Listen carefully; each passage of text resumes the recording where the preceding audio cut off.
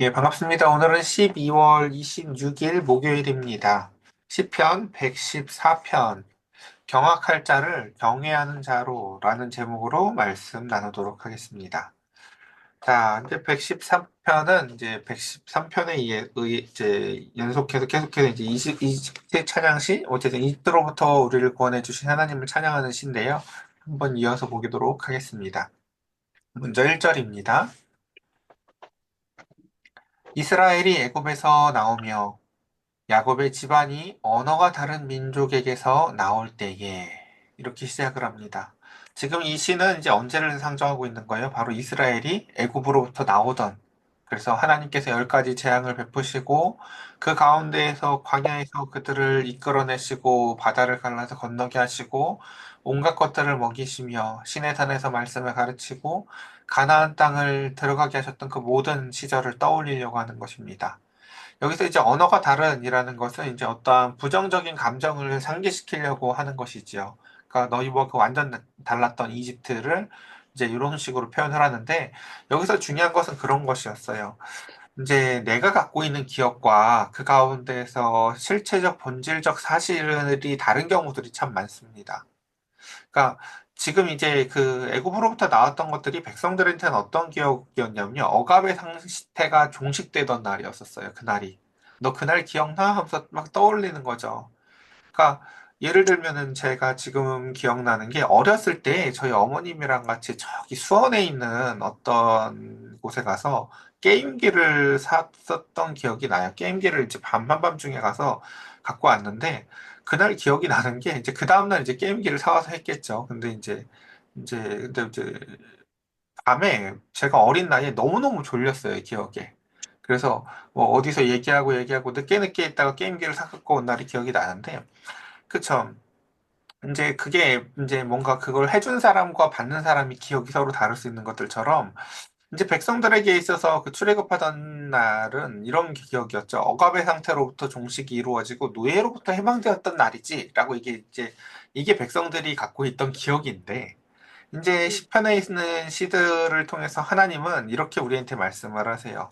그날은 나 하나님이 너희 이스라엘을 그 하나님의 백성으로 탄생시킨 날이야 라고 하나님은 그렇게 기억을 하신다는 거죠. 그러니까 그날의 의미를요. 그러면서 그 가운데서 왜 그런 날인가 2절 보면은 유다는 이스라엘의 성소가 되고 이스라엘은 그의 영토가 되었기 때문이다 라고 얘기합니다.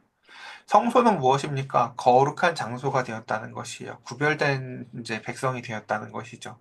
그리고 영토가 되었다는 건 무엇입니까? 나라의 세 가지 요소 중에 그 나라의 세 가지 요소 기억하셔. 주권, 백성, 영토죠. 그 영토가 어떤 의미예요? 그럼요. 즉, 주권이 행사되는 장소가 되었다는 거예요. 그전에는 내가 주인이 돼서 아무 힘 없이 저항할 수도 없었고, 그 가운데서 억압에 눌려 살던 자가 이제 주인을 바꿔서 하나님을 주인 삼아서 하나님의 영토가 된 자들이 되었다라는 것입니다.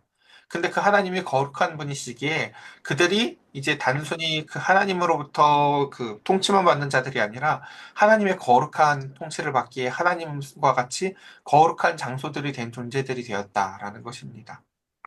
그리고 이날을 마치 지금 이 시는 이런 표현을 보여주고 싶은 거예요. 여러분, 결혼식 날이 기억나실지 모르겠지만 결혼이 둘이 하던 게 아니었잖아요. 그쵸? 우리는 아마 그날은 화객들을 다 기억 못할 거예요. 그러니까 이럴 수 있는 거예요. 반대로. 나는 기억을 못하는데 내 결혼식에 왔던 사람이 있을지도 모르겠어요. 그것처럼 그 가운데서 그날에 하나님이, 그러니까 이날이 즉 그 결혼식 날로 따진다면은 하나님이 우리를 부르셔서 그 가운데 우리가 드디어 성소가 되었고 영토가 된 그날을 우리가 알지 못하는 사람들까지도 다 알게 되었어요.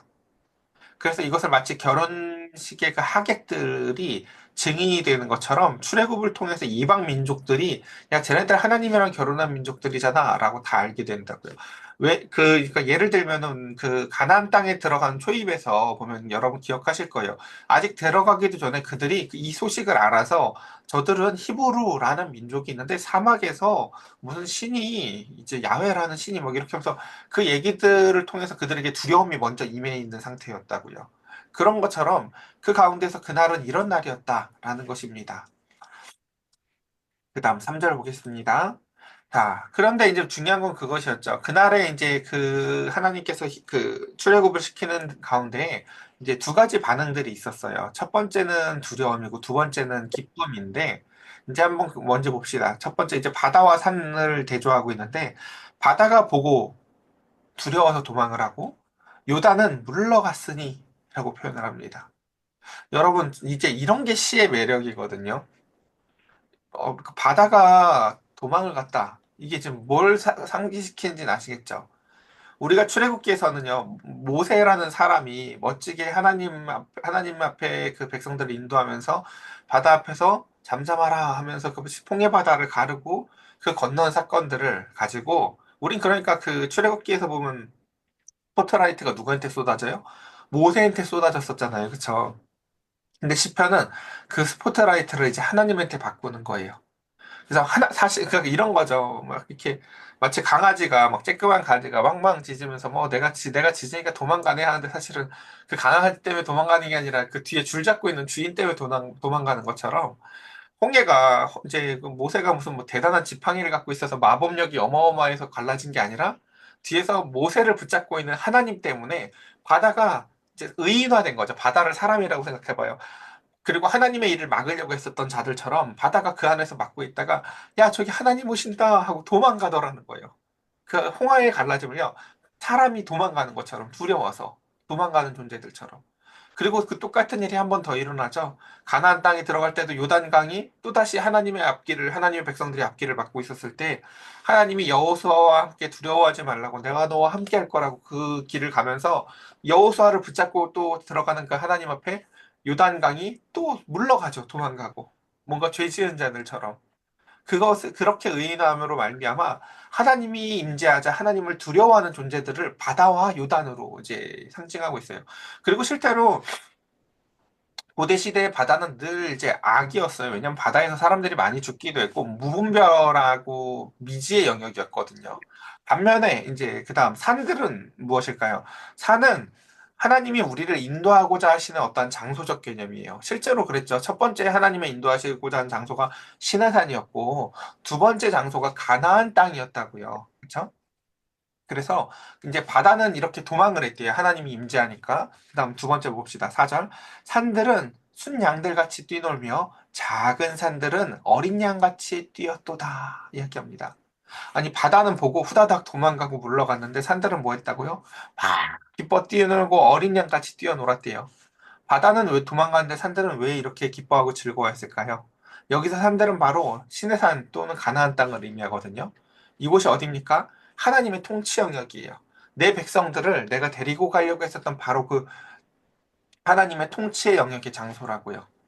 얘야, 내가 너를 거룩한 땅으로, 내가 너를 내 영토로 이제는 불러서 너를 거룩하게 만들었는데, 그러고자 하는데, 저 산들 보이니? 저 작은 산들 보이니? 저곳이 바로 온전히 나의 통치가 이루어지는 영역이란다. 라고 하면서 하나님이 그들을 그 산으로 불러들이시죠. 그리고 그곳에서 시내산에서 약 1년 좀 안 되는 시간 동안 하나님의 말씀을 가르치시죠. 왜요? 하나님의 통치를 받는 자녀들로 길러내시기 위해서였죠. 그러니까 그 가운데서 기뻐 뛰어도다. 이제 여기서 중요한 단어가 뭐냐면요.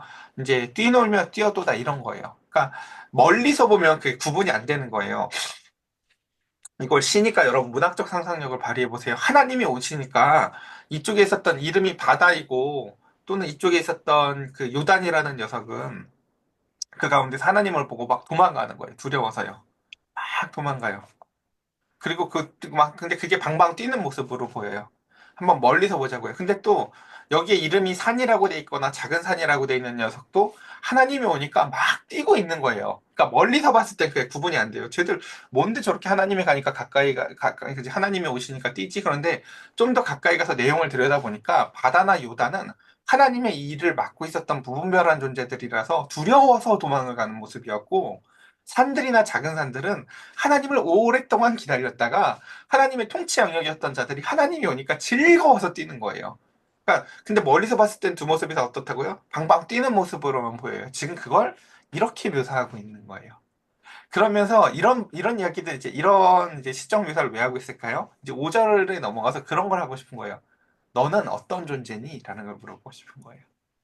그날에 이 세상의 모든 의인과 악인이 다 방방이 음, 뛸 거라는 거예요. 하나님이 오시면요. 자, 한번 봅시다. 5절. 바다야, 내가 도망함은 어찌함이며, 요단아, 내가 물러감은 어찌함인가. 너희 산들아, 순양들 같이 뛰어놀면서, 작은 산들아, 어린 양들 같이 뛰놀미 어찌함인가. 방금 그 제가 얘기했던 다시 그 시상을 이제 떠올려 보세요. 하나님이 임재하자 방방 뛰어요. 그러니까 물어보고 싶은 거죠. 바다야, 요단아, 뭐가 그렇게 무섭다고 그렇게 후다닥 도망을 가고 왜 그렇게 도망가는 거야? 라고 물어보고 있는 거예요. 또 반대로 산들도 또 방방 뛰니까 야, 너희는 또 뭔데 좀 다르네. 뭐가 그렇게 좋아서 이렇게 방방 뛰는 거야? 왜? 어찌함이야? 라고 묻는 거죠. 주님의 임재에 대해서 바다와 산들이 서로 왜 이렇게 반응이 다르지? 라고 질문을 하는 것입니다. 그리고 마지막, 드디어 그래서 7절과 8절이 그것에 대해서 이렇게 대답을 해줍니다. 땅이여, 너는 주 앞, 곧 야곱의 하나님 앞에서 떨지어다 라는 것입니다. 이 떨을지어다 라는 게 여러분, 그러니까 이 번역이 조금 이제 아쉽긴 한데 이게 되게 원래 중립적 표현이에요. 아까 얘기했죠? 그 바다가 하나님이 오시는 것을 보고 갈라지는 걸 두려워서 떨고 도망가는 모습으로 묘사를 했잖아요. 근데 뛰노는 모습도 이렇게 표현을 하는 거예요. 동시에요. 그러니까 지금 야곱한테 너 아까 멀리서 보니까 하나님이 올 때 바다도 막 두려워서 떨고 도망가고 또 산들도 하나님이 임재하시니까 기뻐서 뛰어놀면 떨고 막 이렇게 하지 않니?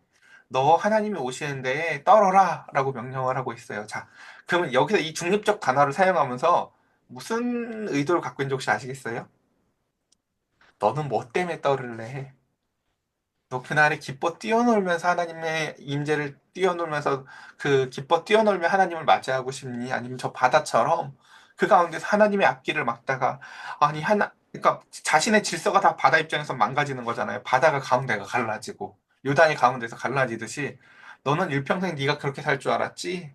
하나님은 어디든 길을 내시는 분이야. 하나님이 질서이신 분이야. 바다 가운데에 길이 나도 자연 질서가 무너진 게 아니라 하나님의 질서가 세워진 거야. 하나님이 우선이신 거야. 라고 지금 이 시인은 그 기쁨 가운데서 이 모든 이야기들을 의인화하면서 보여주고 있어요. 그러니까 그 마지막 날이 얼마나 놀라운 날인지 아시겠어요? 여러분, 그러니까 제가 그날을 너무너무 소망하는데요. 우리가 천국에 가면요. 하나님과 함께 같이 가서 이 땅에 있던 모든 자연 질서가 무너졌지만 하나님의 질서가 회복된 걸 볼 거예요. 이사야서에서 뭐 그런 묘사 하잖아요. 뭐 이렇게 독사구리에다가 아기가 손을 놔도 물지도 않고 이제 뭐 사자랑 친구 먹겠죠 우리 가서 그쵸? 야 너 내 친구 해라 막 이렇게 하면서 그쵸? 그럼 그게 얼마나 이상해요 그쵸? 바다가 가운데가 갈라지면서 하나님의 백성들을 맞이해요. 자연 질서적으로 봤을 때 우리가 이 땅에서 경험한 건 다 무너진 것 같지만 사실은 그게 하나님의 질서가 온전히 세워진 모습이에요. 하나님 앞에 모든 만물들이 경배하고 하나님 앞에 모든 것들이 하나님이 질서가 되시는 세상. 바로 그것이 하나님이 지금 이 시편이 보여주고 싶은 거예요. 그 마지막 날엔 너희가 그 일평생 경험해왔던 자연 질서가 그게 자연 질서가 아니라 하나님이 질서라는 걸 경험하게 될 건데 너희는 그 자연 질서가 무너지면서 봐봐. 지금 하나님이 임재하니까 이 땅에서도 자연 질서가 무너지면서 바다가 갈라졌잖아. 홍해가 갈라졌잖아. 너희는 어떤 존재로 살길 원하니? 라고 얘기하고 있는 것입니다. 그래서 8절 마지막입니다. 결국 그 주인공이 누구라고요? 출애굽기에서는 모세를 보여주는 것 같았지만 지금 시편 114편은 그 뒤에 있었던 그 모세라는 사람을 붙잡고 줄을 붙잡고 있었던 하나님을 보여주면서 이렇게 얘기합니다. 그가 반석을 쳐서 물이 되게 하시며 차돌로 샘물이 되게 하셨도다. 우린 출애굽기를 봤어요. 여러분 막 반석 쳐서 물 냈던 거 다 누구였어요? 모세지만 그 모세를 붙잡고 진짜 물을 나게 하신 분은 누굽니까, 여러분? 하나님이셔. 그러니까 이렇게 얘기를 하는 거예요. 그가 반석을 쳐서 그 몬 물이 되게 하셨다. 그러니까 광야에 갔더니 먹을 것도 없고 마실 것도 없어요. 돌들밖에 없어요. 근데 하나님이 아까 질서라 그랬죠? 그 질서 대신 하나님이요. 그 바위를 치는데 거기에서 물이 나와요. 근데 되게 하시며라는 표현은 뭐예요? 지속성을 의미해요. 하나님이 질서이시기에 하나님은 반석을 쳐도 거기에서 물이 지속적으로 나오게 하시는 분이야. 그리고 그 과거의 사역권을 과거로만 떠올릴 게 아니야.